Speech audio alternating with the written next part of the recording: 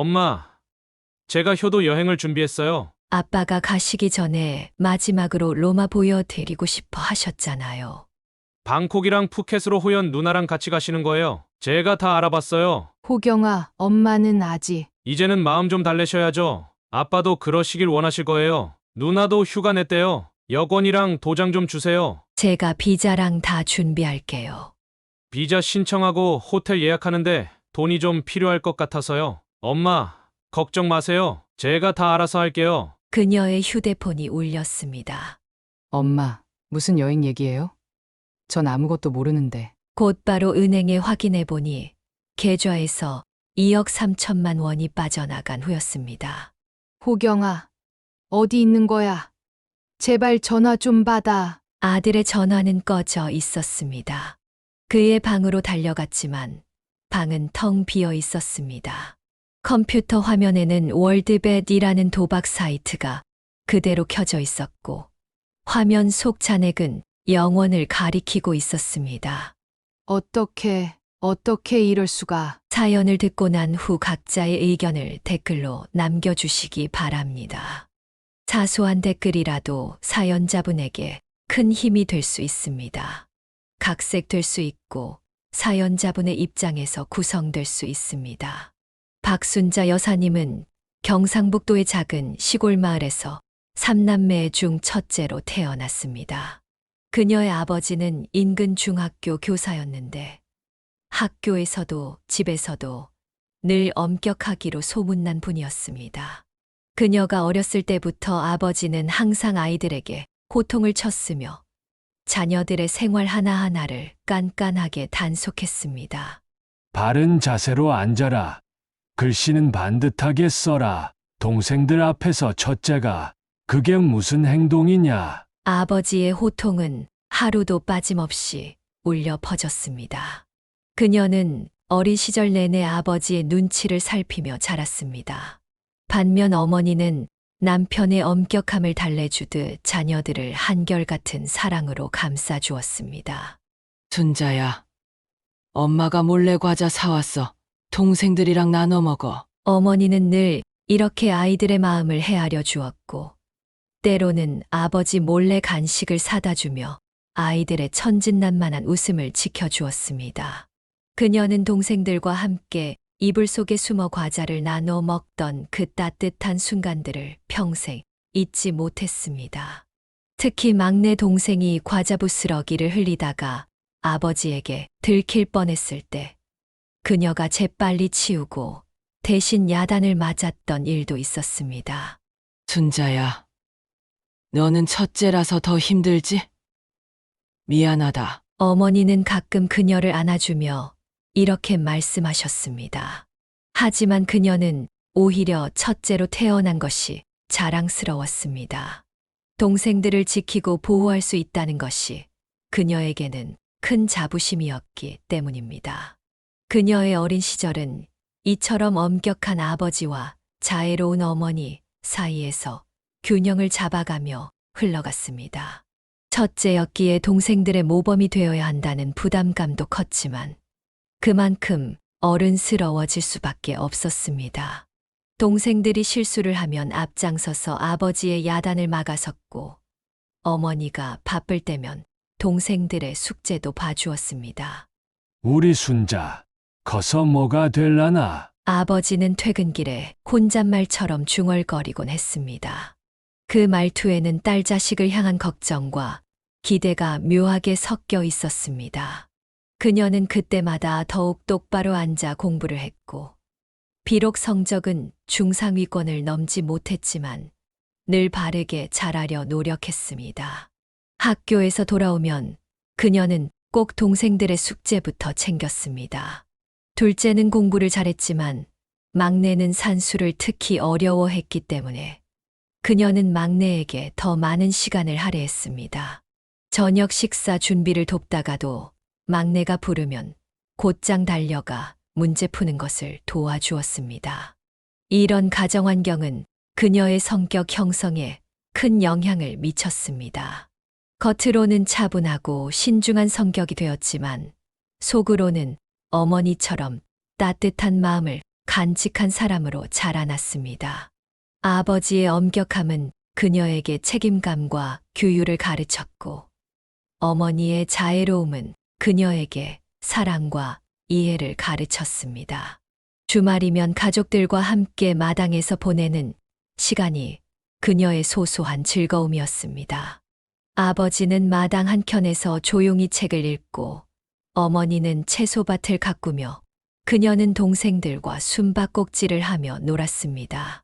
가끔 아버지가 책에서 눈을 들어 아이들을 바라볼 때면 그의 입가에 잠시 미소가 스치는 것을 볼 수 있었습니다.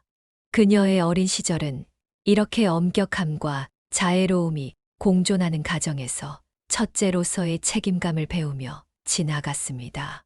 이때 형성된 성격과 가치관은 훗날 그녀가 자신의 가정을 꾸리고 시련을 겪어 나가는데 큰 밑거름이 되었습니다.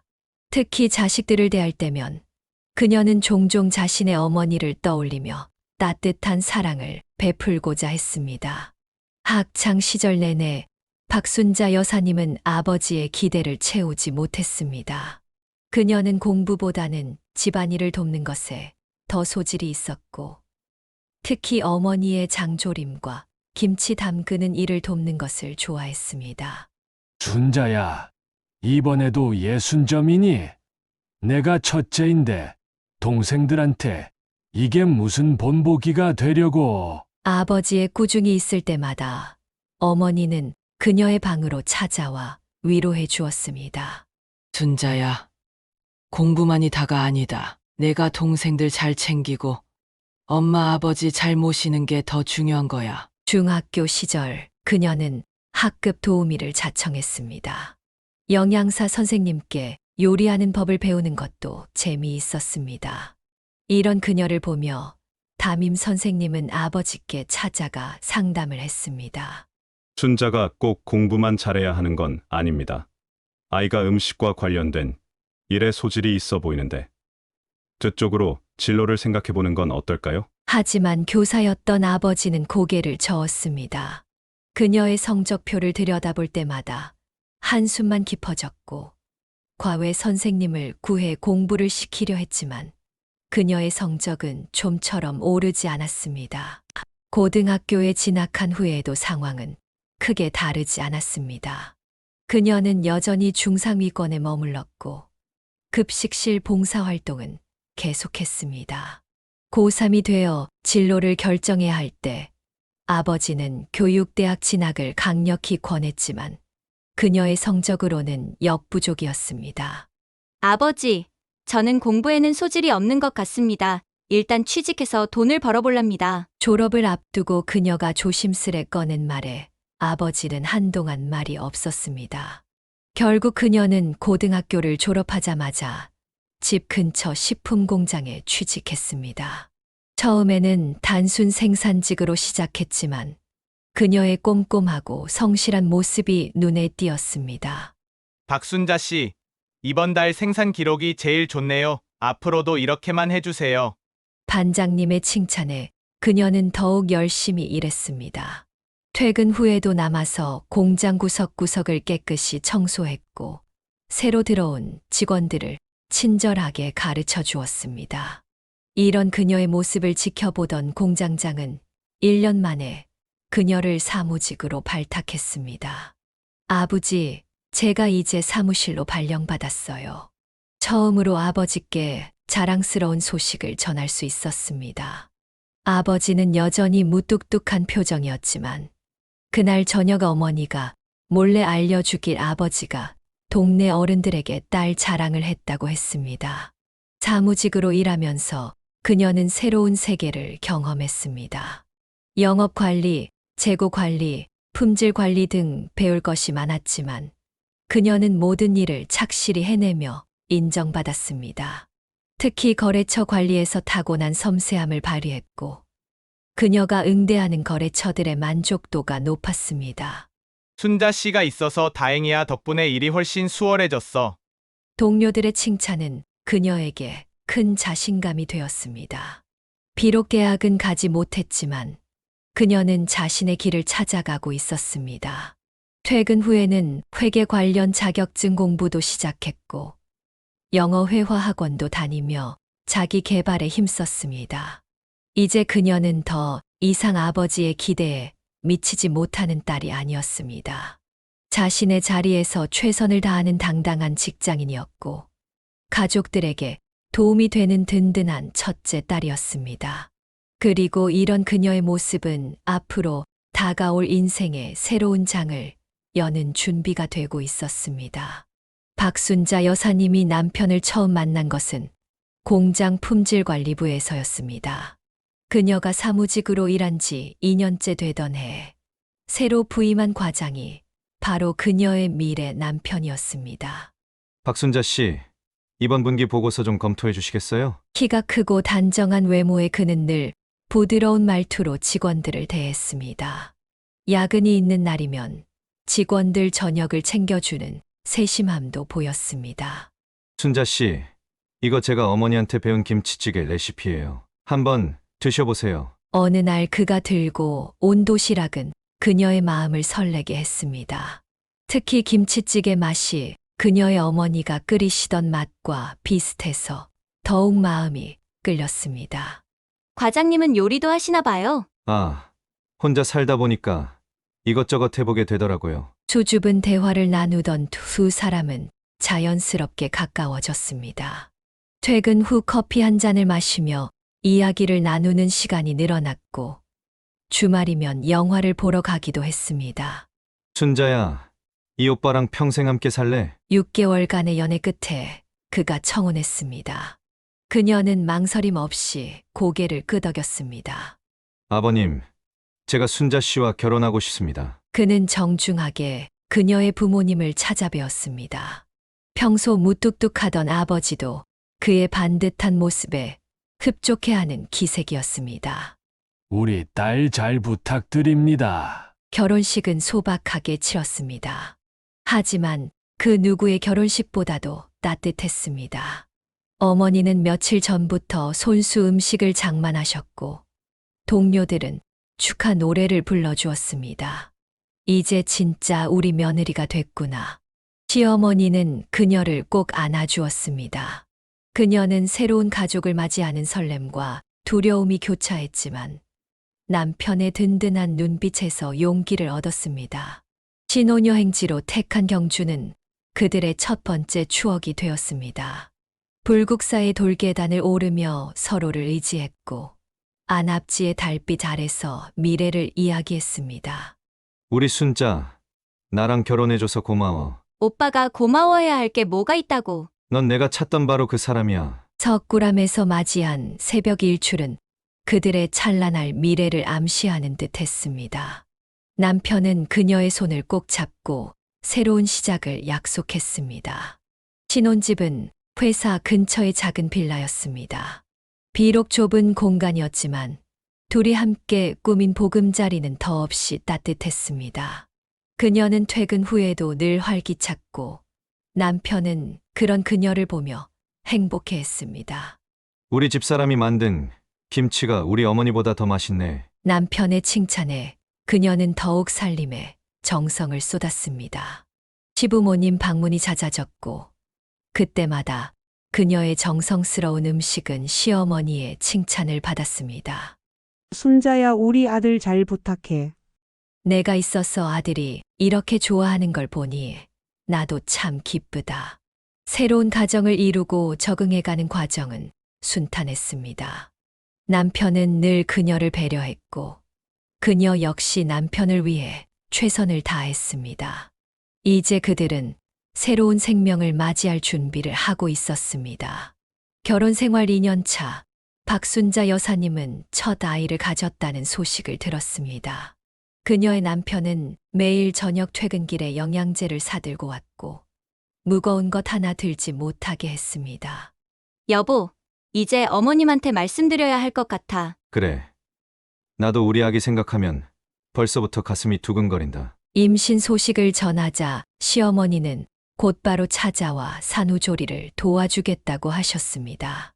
아들이겠지? 우리 며느리가 이렇게 예쁜데 분명 아들일 거야. 시어머니는 틈만 나면 아들을 낳으라는 말씀을 하셨습니다. 그녀는 그때마다 씁쓸한 미소를 지을 수밖에 없었습니다. 괜찮아. 우리는 아들이든 딸이든 한 명만 낳아서 잘 키우면 돼. 남편은 그녀의 마음을 알아챈 듯 늘 이렇게 다독여 주었습니다. 임신 중에도 그녀를 위해 요리를 하고 주말이면 산책을 함께하며 태교에 신경 썼습니다. 출산일이 다가오자 시어머니는 아이의 짐을 싸들고 왔습니다. 그리고 마침내 진통이 시작된 날, 남편과 시어머니는 병원에서 밤을 새웠습니다. 여보, 딸이에요. 힘든 산고 끝에 그녀가 작은 목소리로 말했습니다. 시어머니의 표정이 잠시 굳었지만 남편은 환하게 웃으며 아기를 받아 안았습니다. 우리 딸, 정말 예쁘다. 여보, 고생 많았어. 시어머니는 며칠 동안 말씀이 없으셨습니다. 하지만 젖병을 물리고 기저귀를 갈아주는 손길만큼은 한결같이 따뜻했습니다. 어머니, 죄송해요. 무슨 소리야? 이렇게 예쁜 손녀를 주셨는데 뭐가 죄송하다고 그래? 시어머니는 오히려 그녀를 위로해 주셨습니다. 점차 손녀의 매력에 빠져드신 시어머니는 더 이상 아들 타령을 하지 않으셨습니다. 딸아이는 남편을 쏙 빼닮았습니다. 눈매도 코도 그리고 무엇보다 다정한 성격까지 닮았습니다. 어린 시절부터 고맙습니다. 죄송합니다라는 말을 먼저 하는 아이로 자랐습니다. 엄마, 나 유치원에서 친구랑 싸웠어. 그래? 무슨 일이었어? 친구가 울고 있길래 내가 안아줬는데 다른 친구가 놀리고 있어서 싸웠어. 이런 딸의 모습을 보며 그녀는 자부심을 느꼈습니다. 남편도 퇴근 후면 딸과 놀아주느라 시간 가는 줄 몰랐습니다. 여보, 우리 딸 하나면 충분해. 이렇게 착하고 예쁜 딸이 있는데 뭐가 더 필요하겠어. 그렇게 세월이 흘러 딸이 초등학교에 입학할 무렵 시어머니는 이미 손녀 바보가 되어 있었습니다. 주말마다 손녀를 데리고 공원에 다니시며 자랑하기 바빴습니다.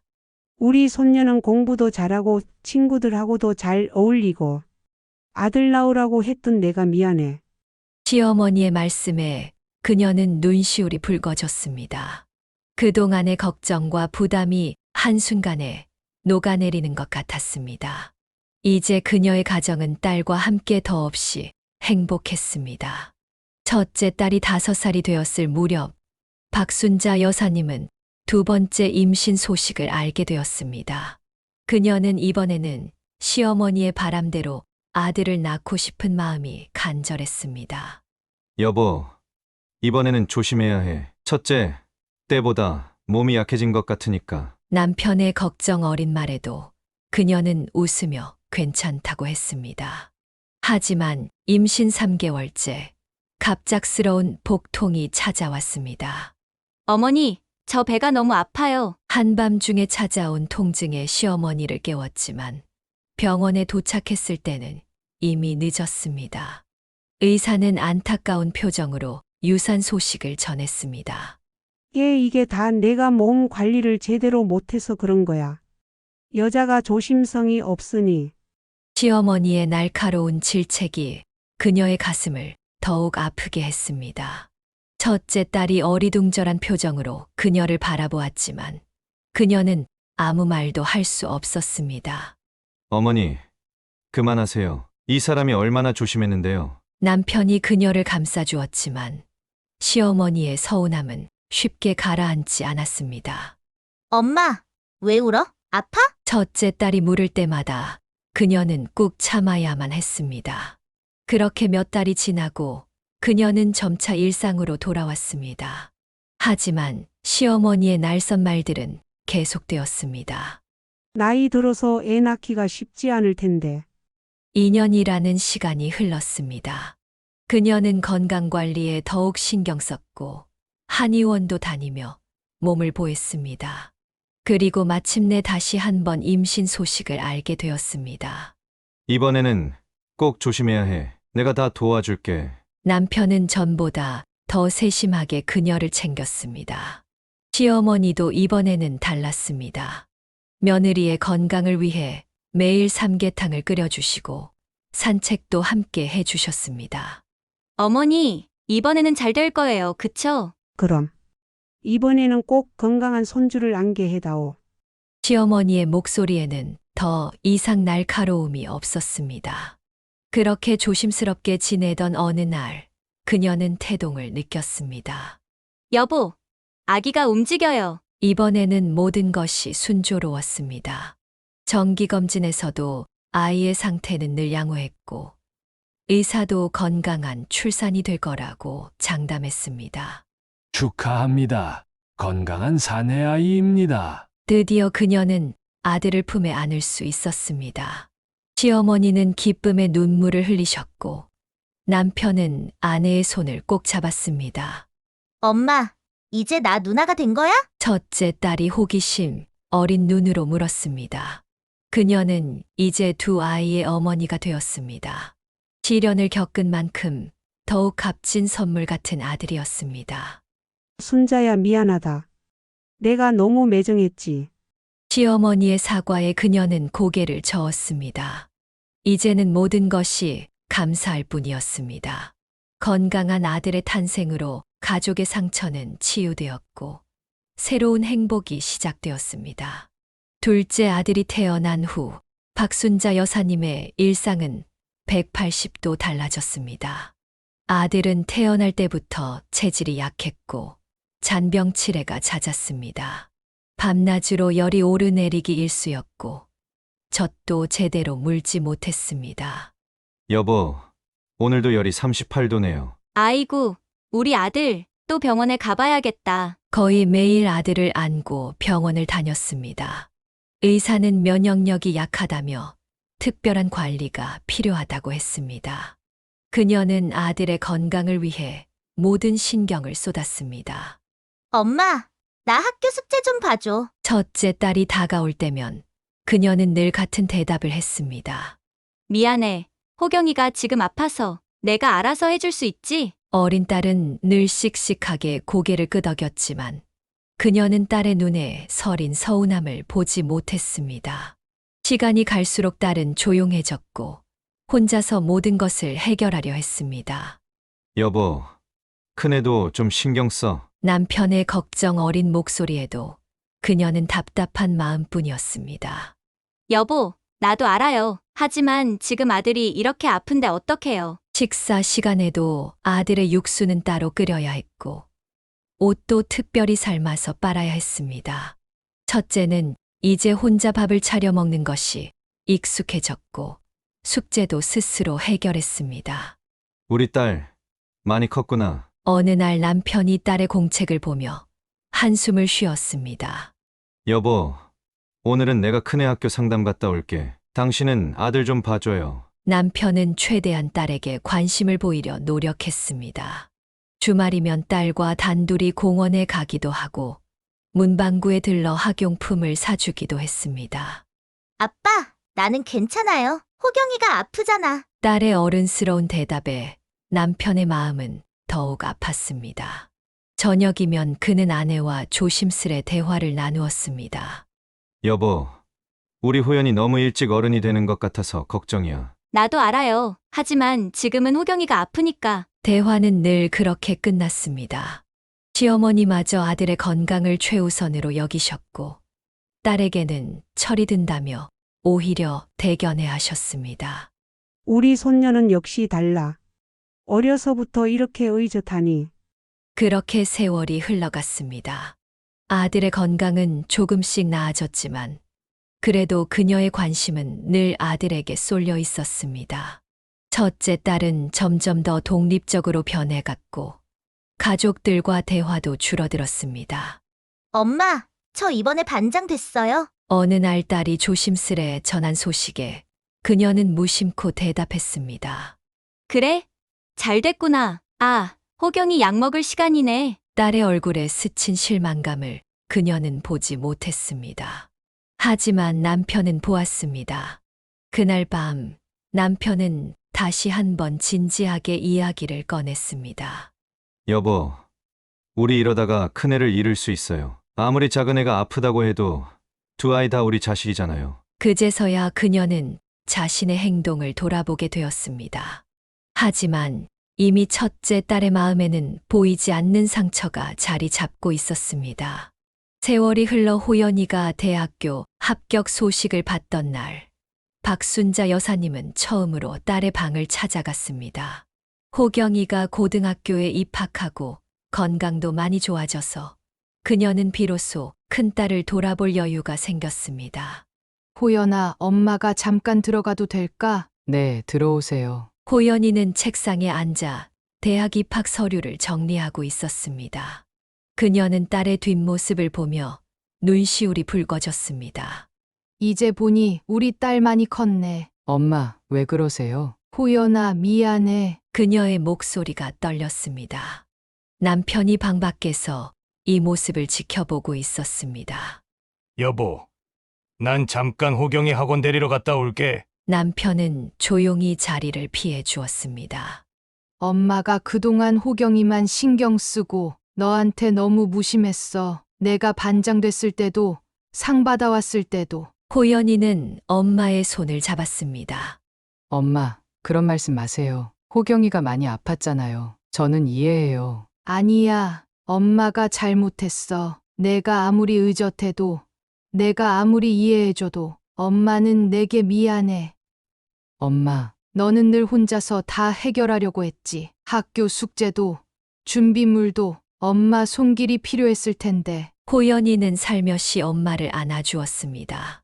전 괜찮아요. 오히려 그래서 더 빨리 성장할 수 있었는걸요. 이제 제가 대학생이 됐잖아요. 그래도 엄마가 너무 너를 방치한 것 같아서. 엄마, 정말 신경 쓰지 마세요. 호경이도 이제 많이 좋아졌잖아요. 그리고 전 엄마가 호경이를 그렇게 돌봐주시는 모습 보면서 참 대단하다고 생각했어요. 딸의 말에 그녀는 더욱 눈물이 났습니다. 이렇게 성숙하게 자란 딸이 자랑스러우면서도 한편으로는 더욱 미안한 마음이 들었습니다. 우리 딸이 언제 이렇게 철들었나. 그리고 엄마, 사실 아빠가 많이 챙겨주셨어요. 주말마다 저랑 단둘이 시간도 보내주시고. 그녀는 남편에게도 고마운 마음이 들었습니다. 남편이 없었다면 호연이는 더 큰 상처를 받았을지도 모를 일이었습니다. 앞으로는 엄마가 내 옆에서 더 많은 시간을 보낼게. 늦었지만 이제부터라도. 엄마, 전 지금도 행복해요. 우리 가족이 다 같이 건강하게 지내는 게 제일 좋아요. 그날 저녁, 내 식구는 오랜만에 외식을 했습니다. 호경이는 누나의 대학 합격을 진심으로 축하했고, 호연이는 동생의 건강을 걱정했습니다. 그들은 이제 진정한 가족이 되어가고 있었습니다. 호연이가 대학에 입학하고 얼마 지나지 않아 박순자 여사님은 딸의 학과 사무실로부터 반가운 전화를 받았습니다. 호연이가 1학년 1학기 성적 우수 장학생으로 선발되었다는 소식이었습니다. 여보, 호연이가 장학금 받는데. 그래. 역시 우리 딸이지. 남편과 그녀는 오랜만에 한바구음을 지었습니다. 하지만 그 기쁨도 잠시 호경이의 담임 선생님께서 급히 면담을 요청했습니다. 어머님, 호경이가 친구 지갑에서 돈을 훔치다가 걸렸습니다. 그녀는 그 자리에서 눈물을 쏟았습니다. 호경아, 내가 왜 이런 짓을. 돈 필요했어요. 친구들이랑 PC방 가려고. 14살 호경이의 대답은 너무나 단순했습니다. 그동안 아들의 건강만 신경 쓰다가 정작 더 중요한 것을 놓친 것은 아닌지 그녀는 깊은 자책에 빠졌습니다. 여보, 우리가 호경이를 너무 약하게만 키운 걸까? 아니야. 내가 더 신경 썼어야 했는데. 한편 호연이는 대학에서 두각을 나타내기 시작했습니다. 전공 성적은 늘 상위권을 유지했고 교수님들의 신임도 두텁게 얻었습니다. 엄마, 이번에 해외 교환학생 프로그램에 선발됐어요. 호연이의 기쁜 소식과 달리 호경이는 점점 더 문제 학생으로 변해갔습니다. 어느 날은 학교 뒤편에서 담배를 피우다 적발되었고 친구들과 어울려 무단결석을 일삼기도 했습니다. 선생님, 제가 뭘 잘못했을까요? 어릴 때는 그렇게 착했던 아이가. 너무 자책하지 마세요. 사춘기라 그럴 수 있습니다. 다만 지금이 중요한 시기니까 더 관심을 가져주셔야 할 것 같아요. 남편은 주말마다 호경이를 데리고 운동을 다녔습니다. 아들, 내가 지금 이러는 거 누나도 알면 많이 속상해할 거야. 아빠, 나도 누나처럼 잘하고 싶은데 자꾸 안 돼요. 호경이의 눈에서도 눈물이 흘렀습니다. 그동안 병약한 아들이라는 이유로 너무 보호적으로만 키운 것이 오히려 독이 된 것은 아닌지 부부는 밤마다 고민했습니다. 호연아, 동생 때문에 많이 걱정되지? 엄마, 호경이도 곧 정신 차릴 거예요. 제가 방학 때 집에 가서 동생이랑 많이 이야기해 볼게요. 호연이는 언제나 동생을 이해하려 노력했습니다. 방학이면 집에 와서 동생의 공부를 봐주기도 하고, 때로는 친구처럼 고민을 들어주기도 했습니다. 하지만 호경이의 일탈은 계속되었습니다. 급기야 다른 학교 학생들과 패싸움을 하다가 경찰서에 불려가는 일까지 생겼습니다. 여보, 우리가 호경이를 너무 응석바지로 키운 걸까? 아니야. 우리 모두 힘을 합쳐서 호경이를 바로잡아야 해. 두 자녀의 대조적인 성장은 그들 부부에게 큰 고민거리가 되었습니다. 한쪽에서는 자랑스러운 딸의 소식이, 다른 한쪽에서는 걱정스러운 아들의 소식이 끊이지 않았습니다. 그리고 이런 상황은 앞으로 더 큰 시련의 예고편에 불과했습니다. 호경이가 겨우 고등학교를 졸업했을 때 박순자 여사님은 안도의 한숨을 내쉬었습니다. 하지만 그것도 잠시 아들은 대학 입시를 거부했습니다. 엄마, 난 공부하기 싫어요. 좀 쉬면서 생각할 시간을 가지고 싶어요. 호경아, 너 이러면 안 돼. 하지만 호경이의 생각할 시간은 점점 길어졌습니다. 늦잠을 자고 친구들과 어울리며 밤늦게 들어오는 날이 많아졌습니다. 여보, 이러다가 우리 아들 버릇이 완전히 잘못 들겠어. 내가 한번 얘기해 볼게. 아들과 남자끼리 대화를 해봐야겠어. 남편이 호경이와 이야기를 나누려 해도 아들은 대화를 피했습니다.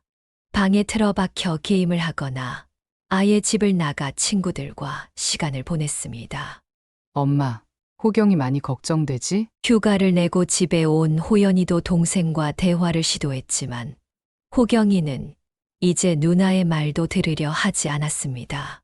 호경아, 내가 하고 싶은 게 뭔데? 나도 몰라. 누나, 그냥 다 짜증나고 하고 싶은 것도 없고 그냥 평생 게임만 하고 싶어. 그렇게 1년이 지나고 2년이 지났습니다. 호경이의 친구들은 하나둘 군대에 가거나 직장을 구했지만 그는 여전히 방황했습니다. 여보, 내가 동생한테 연락해 볼게. 동생이 운영하는 페인트 공장에서 일을 배워보는 건 어떨까? 동생은 흔쾌히 조카를 받아주겠다고 했습니다. 호경아, 삼촌 공장에서 일해보지 않을래? 싫어요. 그런 거 하기 싫다니까요. 결국 그녀는 처음으로 아들에게 강경한 태도를 보였습니다. 이제는 내 맘대로 할 수 없어. 다음 주부터 삼촌 공장으로 출근해. 처음에 호경이는 반발했지만 어머니의 단호한 태도에 마지못해 따르기로 했습니다. 우리 아들 잘 좀 부탁할게. 걱정하지 마, 누나. 내가 호경이 똑바로 가르칠게. 첫날 호경이는 페인트 냄새가 역겹다며 투덜거렸습니다.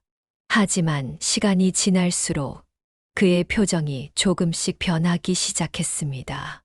엄마, 오늘 처음으로 혼자서 페인트 배합해봤어요. 한 달 만에 처음으로 들은 긍정적인 이야기였습니다. 동생은 조카를 칭찬했습니다. 누나, 생각보다 호경이가 손재주가 있네. 기술자의 눈을 가지고 있어. 그렇게 6개월이 지나자 호경이는 조금씩 책임감을 가지기 시작했습니다. 아침 일찍 일어나 출근하는 것이 습관이 되었고 월급을 받아 처음으로 어머니에게 용돈을 드렸습니다. 엄마, 그동안 죄송했어요. 비록 늦은 시작이었지만 호경이는 천천히 자신의 길을 찾아가고 있었습니다. 그리고 그녀는 이제야 아들의 미래에 대한 작은 희망을 보기 시작했습니다. 호경이가 페인트 공장에서 일한 지 2년이 지났을 무렵 박순자 여사님은 아들의 달라진 행동을 눈치채기 시작했습니다. 야근이 잦아졌고 주말에도 친구들과 약속이 있다며 자주 외출했습니다. 여보, 호경이가 요즘 돈을 많이 쓰는 것 같아. 그래. 월급으로 저축하고 있다고 하지 않았어. 어느 날 밤 호경이의 방에서 흐느끼는 소리가 들렸습니다. 문을 열어보니 아들이 컴퓨터 앞에서 머리를 쥐어뜯고 있었습니다. 호경아, 무슨 일이야? 엄마, 저 큰일 났어요. 떨리는 목소리로 호경이가 고백했습니다. 친구들과 어울려 시작한 인터넷 도박이 걷잡을 수 없이 커졌다는 것. 그동안 모아둔 돈을 모두 잃었다는 것. 거기에 지인들에게 2천만 원의 빚까지 지게 되었다는 사실을 알게 되었습니다. 이 정신 나간 놈아! 남편은 처음으로 아들에게 손을 들었습니다. 당신, 진정해. 이미 일어난 일이잖아. 그녀는 남편을 말렸지만 가슴 속은 무너져 내렸습니다. 호경이의 통장을 확인해 보니 6천만 원이 넘는 돈이 모두 사라져 있었습니다. 호연이는 한밤중에 달려왔지만 할 말을 찾지 못했습니다. 그녀는 깊은 한숨을 내쉬며 결단을 내렸습니다. 여보, 내가 모아둔 적금이 있어요. 일단 호경과 빌린 빚부터 갚아야겠네. 그녀는 단호했습니다. 지인들에게 진 빚은 하루라도 빨리 갚아야 했습니다. 호경아, 이번이 마지막이다. 알겠지? 아들은 고개를 떨구고 울기만 했습니다. 8천만 원이라는 큰 돈을 날린 충격은 가족 모두에게 큰 상처가 되었습니다. 엄마, 제가 어떻게 갚아야 할지. 이제 도박은 절대 하면 안 돼. 약속할 수 있어? 호경이는 손가락 걸고 맹세했지만 그녀의 마음속 불안은 쉽게 가라앉지 않았습니다. 도박의 늪에서 빠져나오기가 얼마나 어려운지 그녀는 이제야 알게 되었습니다. 여보, 우리 호경이 도박 중독 치료도 받아봐야 할 것 같아요. 남편도 동의했고 호경이도 순순히 따랐습니다. 도박 중독 치료를 시작하면서 박순자 여사님은 매주 목요일마다 호경이와 함께 병원을 찾았습니다. 처음에는 아들이 치료에 거부감을 보였지만 전문의의 따뜻한 상담이 효과가 있었습니다. 엄마, 저 이제 정말 도박 안 할 거예요, 다시는. 그래, 엄마가 믿을게. 치료 초기 3달 동안은 눈에 띄는 변화가 있었습니다. 호경이는 퇴근 후 곧장 집으로 돌아왔고 주말이면 가족들과 시간을 보냈습니다. 동생은 조카의 달라진 모습에 기특함을 느꼈습니다. 그래, 내가 그렇게 나오니 삼촌이 얼마나 좋으냐. 하지만 6개월이 지나면서 변화가 생기기 시작했습니다. 먼저 목요일 상담을 빼먹기 시작했습니다. 오늘은 일이 너무 밀려서 다음 주에 갈게요. 그녀는 불안했지만 이를 핑계로 하는 아들을 강제할 수는 없었습니다. 여보, 호경이가 또 상담을 안 갔어. 그래도 이제 일에 열중하는 것 같으니 지켜보자고. 어느 날 밤 그녀는 우연히 아들의 핸드폰을 보게 되었습니다. 도박 사이트 접속 기록이 있었습니다. 호경아, 너 또... 엄마, 이건 그냥 심심해서 돈은 안 걸었어요. 아들의 말을 믿고 싶었지만 그녀의 마음속 불안은 커져만 갔습니다. 하지만 겉으로 보기에 호경이는 안정을 찾은 것 같았습니다. 월급을 꼬박꼬박 모으기 시작했고 자신의 페인트 공장을 열겠다는 계획도 세웠습니다. 엄마, 내가 이번에 장비를 좀 알아봤는데 사업은 조금 더 신중하게 생각해 보는 게 어떨까? 그녀는 아들의 계획이 불안했습니다. 하지만 호경이는 나름의 사업 계획을 세워왔습니다. 삼촌이 거래처도 소개해 주신대요. 제가 이제 기술도 있고. 남편도 아들의 의지를 지지했습니다. 여보, 이제 호경이도 어엿한 성인이에요. 한번 기회를 줘보는 게 어떨까요? 하지만 그녀의 직감은 틀리지 않았습니다. 통장 내역을 살펴보니 소액의 도박 거래가 간간히 보였습니다. 크지 않은 금액이었지만 불길한 예감은 지울 수 없었습니다. 누나, 나 이제 정말 달라질 거야. 내 사업도 시작할 거고. 호연이에게 전화할 때마다 호경이는 희망찬 이야기를 했습니다. 하지만 그 이면에는 여전히 도박의 유혹이 도사리고 있었습니다. 여보, 전 아직도 불안해요. 나도 알아. 하지만 이제 호경이를 믿어줘야 할 때야. 그렇게 시간이 흘러갔습니다. 호경이는 나름대로 돈을 모으며 자신의 가게를 준비했고, 가족들은 그를 믿어주기로 했습니다. 호경이가 공장 오픈을 준비하던 어느 날, 남편이 갑자기 심한 복통을 호소했습니다. 평소 건강했던 남편이라 처음에는 단순 체했다고 생각했지만, 통증이 며칠째 계속되자 병원을 찾았습니다. 여보, 검사 결과가 좋지 않네요. 남편은 담담한 목소리로 말했지만 그의 손은 떨리고 있었습니다. 췌장암 말기였습니다. 이미 다른 장기로 전이가 시작된 상태였습니다. 아니야, 이럴 순 없어. 그녀는 남편의 손을 꼭 잡았습니다. 의사는 항암 치료를 권했지만 완치 가능성은 희박하다고 했습니다. 엄마, 아빠 꼭 나으실 거예요. 호연이가 달려왔습니다. 호경이도 이를 미루고 병원으로 왔습니다. 순자야, 병실에서 둘만 있을 때 남편이 그녀의 손을 잡았습니다. 나 항암 치료 안 할래. 가능성이 없다잖아. 대신 마지막으로 가족들이랑 좋은 추억을 만들고 싶어. 여보, 그래도 치료는 결정했어. 고통스럽게 병원에 누워있는 것보다 마지막으로 행복한 시간을 보내고 싶어. 남편의 눈빛은 단호했습니다. 그녀는 한참을 울고 나서야 남편의 뜻을 받아들였습니다. 아빠, 제가 모아둔 돈도 있어요. 해외여행 다녀오시면 어떨까요? 호연이가 제안했습니다. 남편은 평생 해외여행 한 번 가보지 못했습니다. 항상 자녀들 교육과 생활비를 먼저 생각했기 때문입니다.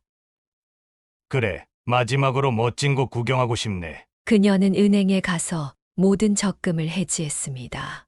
은행에도 연락해서 대출이 가능한 금액을 확인했습니다.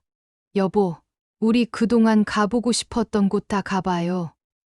그래, 너랑 함께라면 어디든 좋아. 자녀들도 힘을 보탰습니다. 호연이는 휴가를 냈고 호경이도 공장 준비를 잠시 미뤘습니다. 아빠, 어디가 가고 싶으세요? 글쎄, 유럽의 아름다운 성당들도 보고 싶고 지중해의 푸른 바다도 보고 싶네. 가족들은 밤늦게까지 여행 계획을 세웠습니다. 의사는 3개월 시한부 판정을 내렸지만 그들은 희망을 버리지 않았습니다. 여보, 우리 이제까지 못 해본 것들 다 해보자. 그래, 내가 늘 미안했어. 당신한테 고생만 시키고. 무슨 소리예요? 당신 덕분에 난 행복했어요. 그들은 서로를 바라보며 웃었지만 둘 다 눈물을 참고 있었습니다. 30년을 함께한 인생의 마지막이 이렇게 찾아올 줄은 몰랐습니다. 엄마, 아빠, 우리 다 같이 좋은 추억 만들어요. 자녀들의 말에 그들은 용기를 냈습니다. 이제 그들에게는 시간이 얼마 남지 않았지만 그 시간만큼은 가장 행복한 순간으로 만들기로 했습니다. 유럽 행비행기를 타기 전날 박순자 여사님은 밤새 짐을 꾸렸습니다. 남편의 약은 물론 따뜻한 내복과 담요까지 하나하나 정성스레 챙겼습니다. 여보, 비행기 타도 괜찮겠어? 그래, 난 괜찮아. 너무 걱정하지 마. 첫 목적지는 이탈리아 로마였습니다. 남편은 비행기에서 창밖을 내내 바라보았습니다. 구름 위로 떠오르는 태양을 보며 그의 눈에는 촉촉한 기운이 맺혔습니다. 아빠, 이제 곧 도착해요. 호연이가 남편의 손을 잡았습니다. 호경이는 아버지의 어깨를 조심스레 마사지해 주었습니다. 로마에 도착한 첫날, 그들은 바티칸 성당을 찾았습니다. 웅장한 성당 안에서 남편은 오랫동안 묵묵히 앉아 있었습니다. 여보, 피곤하면 호텔로 돌아갈까? 아니, 조금만 더 있자. 이런 걸 언제 또 보겠어. 둘째 날, 트레비 분수에서 소원을 빌었습니다. 남편은 동전을 3개 던졌습니다. 뭐라고 빌었어요? 비밀이지. 하지만 다 우리 가족을 위한 거야. 하지만 베니스로 이동하는 기차 안에서 남편의 상태가 급격히 나빠지기 시작했습니다. 식은땀을 흘리며 괴로워했습니다. 아빠, 괜찮으세요? 그래, 잠깐 쉬면 나아질 거야. 하지만 베니스에 도착했을 때 남편은 이미 걷기조차 힘들어했습니다. 곤돌라를 타려 했지만 그는 호텔 침대에서 일어나지 못했습니다. 여보, 우리 병원부터 가봐야 할 것 같아요. 현지 병원에서 검사를 받은 결과 암이 예상보다 빠르게 진행되고 있다는 진단이 나왔습니다. 의사는 즉시 귀국을 권했습니다. 미안해. 내가 너무 무리했나 봐. 비행기 표를 급하게 변경하고 그들은 서둘러 귀국길에 올랐습니다. 남편은 비행기 안에서 계속 잠만 잤습니다. 엄마, 아빠 많이 힘드신가 봐요. 호연이는 눈물을 훔쳤고 호경이는 말없이 아버지의 손을 잡고 있었습니다. 인천공항에 도착하자마자 그들은 구급차를 타고 병원으로 향했습니다. 겨우 3일간의 여행이었지만 남편의 얼굴은 하루가 다르게 쇠약해져 갔습니다. 여보, 미안해요. 더 많은 곳을 보여드리지 못해서. 아니야. 난 행복했어. 평생 꿈꿔왔던 걸 이루었잖아. 병실에서 남편은 로마에서 찍은 사진들을 보며 미소 지었습니다. 비록 짧은 여행이었지만 그의 얼굴에는 만족감이 묻어났습니다. 바티칸의 그 천장화 정말 아름다웠지? 네, 우리 다음에 또 가요. 둘 다 그 다음이 없다는 것을 알면서도 그렇게 말할 수밖에 없었습니다. 남편의 상태는 급격히 나빠졌고 이제 그들에게 남은 것은 병실에서의 시간뿐이었습니다. 귀국 후 2주째 되던 날 밤, 박순자 여사님은 병실에서 남편의 마지막을 지켜봐야 했습니다. 그의 숨소리가 점점 약해지는 것을 들으며 그녀는 남편의 손을 꼭 잡고 있었습니다. 여보, 고마웠어. 이것이 남편의 마지막 말이었습니다. 새벽 3시 27분, 그는 조용히 숨을 거두었습니다. 아빠, 호연이가 달려와 아버지의 차가워진 손을 잡고 오열했습니다. 호경이는 병실 한켠에 서서 묵묵히 바닥만 바라보았습니다. 호경아, 아버지한테 마지막 인사. 아들은 말없이 고개만 끄덕였습니다. 그의 눈가에 맺힌 눈물은 끝내 떨어지지 않았습니다. 장례식장은 조문객들로 북적였습니다. 남편이 평소 인품이 좋았던 탓에 회사 동료들과 지인들이 끊임없이 찾아왔습니다. 어머니, 저희가 있잖아요. 호연이는 3일 내내 상주 자리를 지켰습니다. 반면 호경이는 필요한 일만 조용히 처리했습니다. 조문객들과 인사를 나누는 것도 불편해하는 듯 했습니다. 발인 날 아침 하늘에서는 비가 내렸습니다. 남편을 배웅하는 하늘의 눈물 같았습니다. 장례를 마치고 일주일 후 보험회사에서 연락이 왔습니다. 남편이 그동안 꾸준히 부어온 생명보험금 5억 원을 수령할 수 있다는 내용이었습니다. 아빠가 이런 준비를 하고 계셨구나. 호연이는 아버지의 마지막 배려에 다시 한번 눈물을 흘렸습니다. 엄마, 그 돈으로 이제 좀 편하게 사세요. 하지만 그녀의 마음은 무거웠습니다. 남편 없는 삶을 살아가야 한다는 현실이 실감나지 않았습니다. 텅 빈 집안에서 그녀는 매일 밤 남편의 사진을 보며 눈물을 훔쳤습니다. 보험금은 잠시 은행에 예치해 두었습니다. 아직은 그 돈을 어떻게 써야 할지 결정할 마음의 여유가 없었습니다. 남편의 49제를 지내고 얼마 지나지 않았을 때였습니다. 호경이가 어느 날 저녁 빨간색 선물 상자를 들고 박순자 여사님을 찾아왔습니다. 엄마, 제가 효도 여행을 준비했어요. 아빠가 가시기 전에 마지막으로 로마 보여드리고 싶어 하셨잖아요. 아들의 갑작스러운 말에 그녀는 눈시울이 붉어졌습니다. 호경이는 선물 상자에서 여행 안내 책자를 꺼내 보여주었습니다. 방콕이랑 푸켓으로 호연 누나랑 같이 가시는 거예요. 제가 다 알아봤어요. 호경아, 엄마는 아직. 이제는 마음 좀 달래셔야죠. 아빠도 그러시길 원하실 거예요. 호경이의 다정한 말투에 그녀는 잠시 망설였지만 결국 아들의 효심에 마음이 움직였습니다. 누나도 휴가 냈대요. 여권이랑 도장 좀 주세요. 제가 비자랑 다 준비할게요. 그녀는 서랍에서 여권과 도장을 꺼내 주었고 호경이가 요청하자 통장도 함께 전해 주었습니다. 비자 신청하고 호텔 예약하는데 돈이 좀 필요할 것 같아서요. 엄마, 걱정 마세요. 제가 다 알아서 할게요. 그녀의 휴대폰이 울렸습니다. 엄마, 무슨 여행 얘기예요? 전 아무것도 모르는데. 호연이의 목소리였습니다. 그녀의 손에서 전화기가 떨어질 뻔했습니다.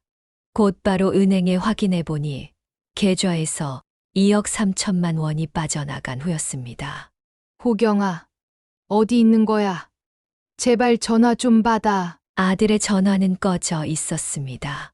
그의 방으로 달려갔지만 방은 텅 비어 있었습니다. 컴퓨터 화면에는 월드벳이라는 도박 사이트가 그대로 켜져 있었고 화면 속 잔액은 0원을 가리키고 있었습니다. 어떻게 이럴 수가. 바닥에 주저앉은 그녀의 눈에 아들의 빈 방이 들어왔습니다. 옷장은 텅 비어 있었고 서랍에는 여러 장의 비차용증이 놓여 있었습니다. 사채업자들에게 빌린 돈만 해도 5천만 원이 넘었습니다. 엄마, 제가 지금 바로 갈게요. 호연이가 달려왔을 때 경찰은 이미 수사에 착수한 뒤였습니다. 형사들이 호경이의 컴퓨터를 조사하면서 충격적인 사실들이 하나둘 밝혀졌습니다. 강호경 씨가 최근 3개월간 도박 사이트에서 잃은 금액이 총 4억 원이 넘습니다. 사채 빚까지 합하면 형사의 말에 그녀는 그 자리에서 실신할 뻔했습니다. 남편이 평생을 바쳐 모은 보험금, 딸의 결혼 자금으로 쓰려 했던 그 돈이 하룻밤 사이에 증발해버린 것입니다. CCTV 분석 결과 호경이는 강남의 한 고시원에서 발견되었습니다. 피투성이가 된 얼굴로 사채업자들에게 쫓기고 있었습니다. 제발 엄마 한 번만 더 기회를 주세요. 그러나 이번에는 달랐습니다. 그녀의 눈에서는 더 이상 눈물이 나오지 않았습니다. 호경아, 이제 너를 아들로 인정할 수 없구나. 마침내 체포된 호경이의 모습은 처참했습니다. 도박 중독에 사로잡혀 꼬박 3일을 컴퓨터 앞에서 보냈다고 했습니다. 아버지의 장례식 때도 슬퍼할 겨를 없이 도박에 빠져 있었다는 충격적인 사실도 밝혀졌습니다.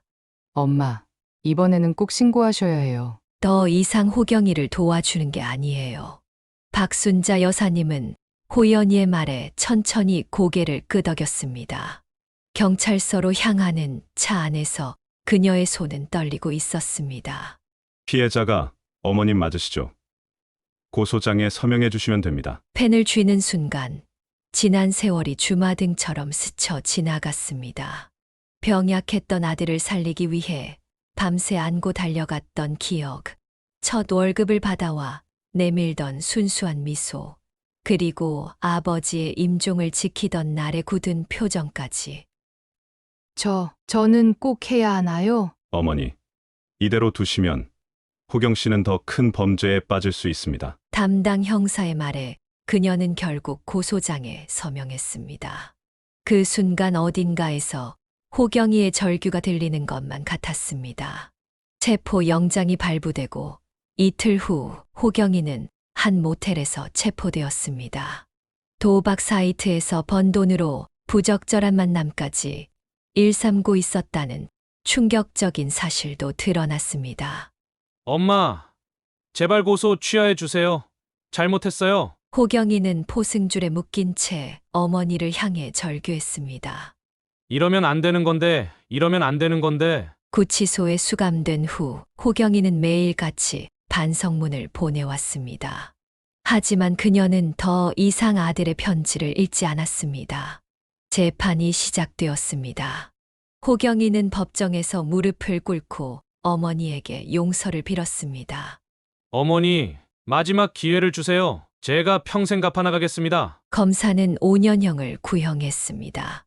횡령과 배임, 그리고 다른 불법적인 죄목이 추가되었기 때문입니다.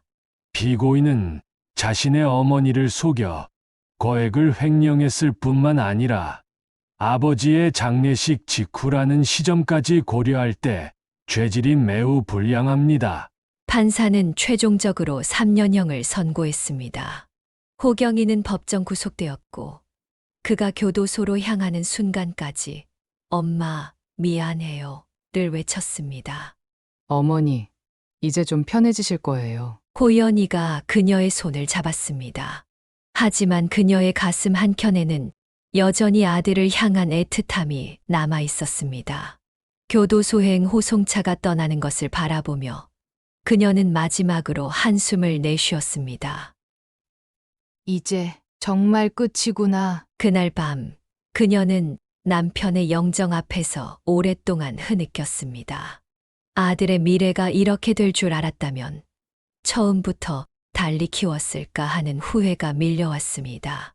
아들이 구속된 후 박순자 여사님은 깊은 우울에 빠졌습니다. 빈 집에 혼자 있는 시간이 늘어나면서 자책과 후회의 시간을 보냈습니다. 엄마, 이러고 계시면 안 돼요. 새로운 시작을 하셔야죠. 호연이의 걱정 어린 목소리에 그녀는 천천히 고개를 들었습니다. 거울 속에 비친 자신의 모습이 낯설었습니다. 그래, 이제는 나도 새로 시작해야지. 다음 날 아침 그녀는 일찍 일어나 화장을 했습니다. 오랜만에 단정한 옷차림을 하고 집을 나섰습니다. 아파트 관리사무소에서 미화원을 구한다는 공고를 보았기 때문입니다. 나이가 좀 있으시네요. 일만 열심히 하면 되는 거 아닌가요? 그녀의 단호한 눈빛에 관리소장은 고개를 끄덕였습니다. 다음 주부터 일을 시작하게 되었습니다. 새벽 4시 알람 소리에 일어나 아파트 단지를 청소하는 일은 결코 쉽지 않았습니다. 허리는 끊어질 듯 아팠고 손은 거칠어졌습니다.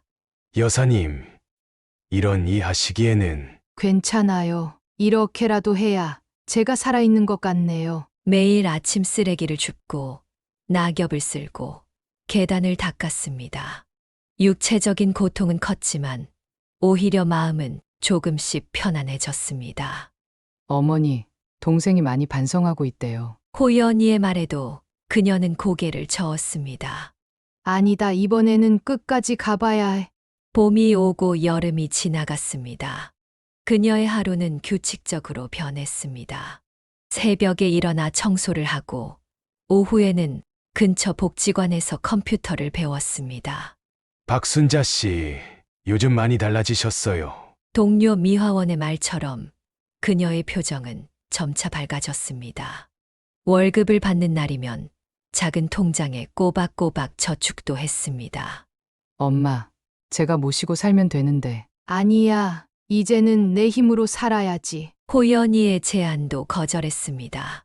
비록 적은 월급이지만 스스로 번 돈으로 살아가는 것이 자존심을 지키는 일이라고 생각했습니다. 교도소에서 보내온 호경이의 편지는 서랍 깊숙이 넣어두었습니다. 읽지는 않았지만 버리지도 못했습니다. 언젠가는 읽어볼 날이 오리라 생각하면서 여사님, 일하시는 모습이 참 보기 좋아요. 입주민들도 그녀를 알아보기 시작했습니다. 꾸준히 성실하게 일하는 모습에 인사를 건네는 사람들이 늘어났습니다. 그렇게 1년이 지났습니다. 그녀는 이제 더 이상 과거에 얽매이지 않는 법을 배웠습니다. 비록 청소부의 삶은 고되었지만 스스로 선택한 길이었기에 후회는 없었습니다. 희미한 새벽빛이 창가에 비치던 날, 박순자 여사님은 평소보다 일찍 일어났습니다. 오늘은 호경이가 출소하는 날이었습니다. 두부 사야지. 3년 만에 처음으로 아들을 맞이하는 날, 그녀는 새벽 시장으로 향했습니다. 따뜻한 두부를 고르면서 그녀의 손이 떨렸습니다. 어머니, 제가 모시러 갈게요. 호연이가 차를 몰고 왔지만 그녀는 고개를 저었습니다. 아니다. 나 혼자 가봐야겠어. 버스를 타고 교도소로 향하는 길. 그녀는 창밖을 하염없이 바라보았습니다. 3년 전 그날의 기억이 또렷이 떠올랐습니다. 출소 시간이 다 되어 가는데 교도소 정문 앞에서 그녀는 두부를 꼭 쥔 채 기다렸습니다. 초여름에 햇살이 따가웠지만 움직일 수가 없었습니다. 드디어 철문이 열렸습니다. 호경이가 고개를 숙인 채 천천히 걸어 나왔습니다. 3년 전보다 훨씬 마른 모습이었습니다. 어머니. 호경이는 어머니를 보자 그 자리에 주저앉아 버렸습니다. 목이 메어 더 이상 말을 잇지 못했습니다. 이거 먹어라. 떨리는 손으로 두부를 내밀었습니다. 호경이는 무릎을 꿇은 채 두부를 받아들었습니다. 어머니, 죄송합니다. 두부를 한 입 빼어 문 순간 호경이의 눈에서 눈물이 왈칵 쏟아졌습니다. 뜨거운 눈물이 두부 위로 떨어졌습니다. 이제 정말 달라질 거예요. 제발 한 번만 더 믿어주세요. 호경이는 그대로 어머니 앞에 엎드려 큰절을 했습니다. 아스팔트가 뜨거웠지만 그는 이마를 바닥에 대고 오랫동안 움직이지 않았습니다. 일어나라. 어머니, 저 이제 도박은 절대로 안 할 거예요. 교도소에서 매일 반성했어요. 아버지 돌아가신 후에 제가 얼마나 큰 죄를 지었는지 호경이의 눈빛이 달라져 있었습니다. 3년 전에 초점 없던 눈동자는 사라지고 맑은 눈빛이 그녀를 바라보고 있었습니다. 그동안 많이 힘들었지? 아니요. 저보다 어머니가 더 힘드셨을 텐데. 두 사람은 말없이 벤치에 앉았습니다. 호경이는 조심스럽게 두부를 먹었습니다. 그 모습이 어릴 적 밥을 먹던 아들의 모습과 겹쳐 보였습니다. 어머니, 제가 이제부터 효도하면서 살게요. 진짜로요. 그래, 이제는 정말 잘 살아야 한다. 모자는 오랫동안 말없이 앉아 있었습니다. 때로는 침묵이 수천 마디 말보다 더 많은 것을 전할 수 있다는 것을 그들은 알고 있었습니다. 출소 후 호경이는 동생의 페인트 공장이 아닌 다른 회사의 공장에서 새로운 시작을 했습니다. 하루 12시간씩 일하며 기술을 배웠고 쉬는 날에는 어김없이 도박 중독 센터를 찾았습니다. 강호경 씨 정말 열심히 하고 계십니다. 직원들의 말에 박순자 여사님은 조심스레 희망을 품기 시작했습니다. 호경이는 월급을 받을 때마다 어머니께 용돈을 드리려 했지만 그녀는 받지 않았습니다. 내 돈은 내가 모아라. 엄마는 지금처럼 살 수 있으니까. 2년이 지나자 호경이는 공장장으로 승진했습니다. 밤낮으로 일하며 기술을 익힌 덕분이었습니다. 그리고 3년째 그는 작은 공장을 인수할 기회를 잡았습니다. 어머니, 이제 제 이름으로 된 공장이 생겼어요. 처음으로 자신의 공장 문을 열던 날, 호경이의 눈에는 눈물이 고여 있었습니다. 도박 때문에 모든 걸 잃었던 그때가 생각나서요. 매주 화요일 저녁이면 그는 도박 중독 센터를 찾았습니다. 이제는 상담을 받는 것이 아니라 자신의 경험을 나누는 강연자로서였습니다. 저는 어머니의 전 재산을 날렸습니다. 아버지의 장례식 때조차 도박을 했던 폐륜아였습니다. 그의 진솔한 고백은 많은 도박 중독자들에게 희망이 되었습니다. 특히 젊은 중독자들은 호경이의 이야기에 큰 감동을 받았습니다. 결혼은 안 할 거예요. 제 과거가 있는데 어떤 여자가 저를 받아들이겠어요? 그는 스스로 결혼을 포기했지만 대신 더 많은 사회적 책임을 지려 노력했습니다. 출소자들의 재취업을 돕는 프로그램에 참여했고 자신의 공장에서도 그들에게 일자리를 제공했습니다. 호경아, 너무 무리하는 거 아니니? 어머니의 걱정에 그는 웃으며 대답했습니다. 전 이제 이렇게 사는 게 행복해요. 제가 받은 상처가 오히려 남을 돕는 힘이 됐잖아요. 5년이 지난 지금 호경이의 공장은 작지만 안정적인 궤도에 올랐습니다. 매달 도박 중독자 재활센터에 후원금을 보내고 출소자들의 자립을 돕는 일에도 앞장섰습니다. 어머니, 이제는 저를 조금은 자랑스러워 하실 수 있나요? 따뜻한 봄날, 호경이는 어머니와 함께 아버지의 산소를 찾았습니다. 무덤 앞에서 그는 긴 이야기를 했습니다. 자신이 얼마나 변화했는지, 앞으로 어떻게 살아갈 것인지를. 아버지, 저 이제 정말 달라졌어요. 지켜봐 주세요. 그의 눈빛은 더 이상 흔들리지 않았습니다. 이제 그는 진정으로 새로운 삶을 살아가고 있었습니다. 이제 70이 된 박순자 여사님은 호연이가 사는 아파트 근처로 이사를 했습니다. 여전히 아파트 청소 일을 하고 있었지만 오후에는 손녀 지은이를 돌보는 재미에 푹 빠져 있었습니다. 할머니, 오늘은 무슨 간식 만들어 주실 거예요? 우리 지은이가 좋아하는 호떡 만들어줄까? 손녀와 함께하는 시간은 그녀의 하루 중 가장 행복한 순간이었습니다. 지은이는 할머니의 손을 꼭 잡고 공원을 산책하는 것을 좋아했습니다. 엄마, 이제 일 그만하시고 제가 모실게요. 호연이의 걱정 어린 말에도 그녀는 고개를 저었습니다. 아니야. 이렇게 일하는 게 오히려 건강에 좋아. 나도 이제 적응됐어. 남편이 남긴 보험금 중 남은 절반은 여전히 은행에 고스란히 보관되어 있었습니다. 매달 한 번씩 호경이가 찾아왔습니다. 어머니가 좋아하는 과일을 사들고 오는 것을 잊지 않았습니다. 하지만 그녀는 여전히 아들의 통장이나 재정 상태를 묻곤 했습니다. 걱정 마세요. 이제는 정말 달라졌어요. 비록 완전한 신뢰는 아직 회복되지 않았지만 그들은 서로를 이해하려 노력했습니다.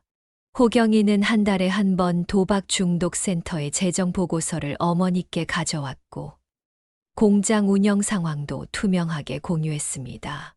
할머니, 삼촌은 왜 결혼 안 해요? 지은이의 천진한 질문에 그녀는 잠시 말을 잊었습니다. 삼촌은 지금 다른 사람들 돕는 일이 더 중요하대. 저녁이면 그녀는 남편의 사진 앞에 앉아 하루 일과를 이야기했습니다. 여보, 우리 호경이가 이제 정말 잘 살고 있어요. 당신이 보시면 좋아하실 텐데. 평화로운 일상 속에서 그녀는 비로소 진정한 행복을 느꼈습니다. 아침에는 청소를 하고 오후에는 손녀와 놀아주고 가끔은 호경이의 공장에도 들러 직원들과 이야기를 나누었습니다. 어머니, 저는 이제 정말 행복해요. 호경이의 말에 그녀는 따뜻하게 미소 지었습니다. 비록 과거의 상처는 완전히 아물지 않았지만 이제 그들은 각자의 자리에서 평화를 찾아가고 있었습니다. 그렇게 그녀의 하루하루는 조용히 그리고 평화롭게 흘러갔습니다. 아침 일찍 일어나 청소를 하고 손녀와 시간을 보내고 때로는 도박 중독자 가족 모임에 참석해 자신의 이야기를 나누는 것. 이것이 그녀가 찾은 행복한 노후의 모습이었습니다. 사연을 듣고 댓글을 남겨주시기 바랍니다. 사소한 의견일지라도 사연자분에게는 큰 힘이 됩니다. 노골적인 악성 댓글은 사연자분에게 상처가 될 수 있으니 삼가주시기 바랍니다.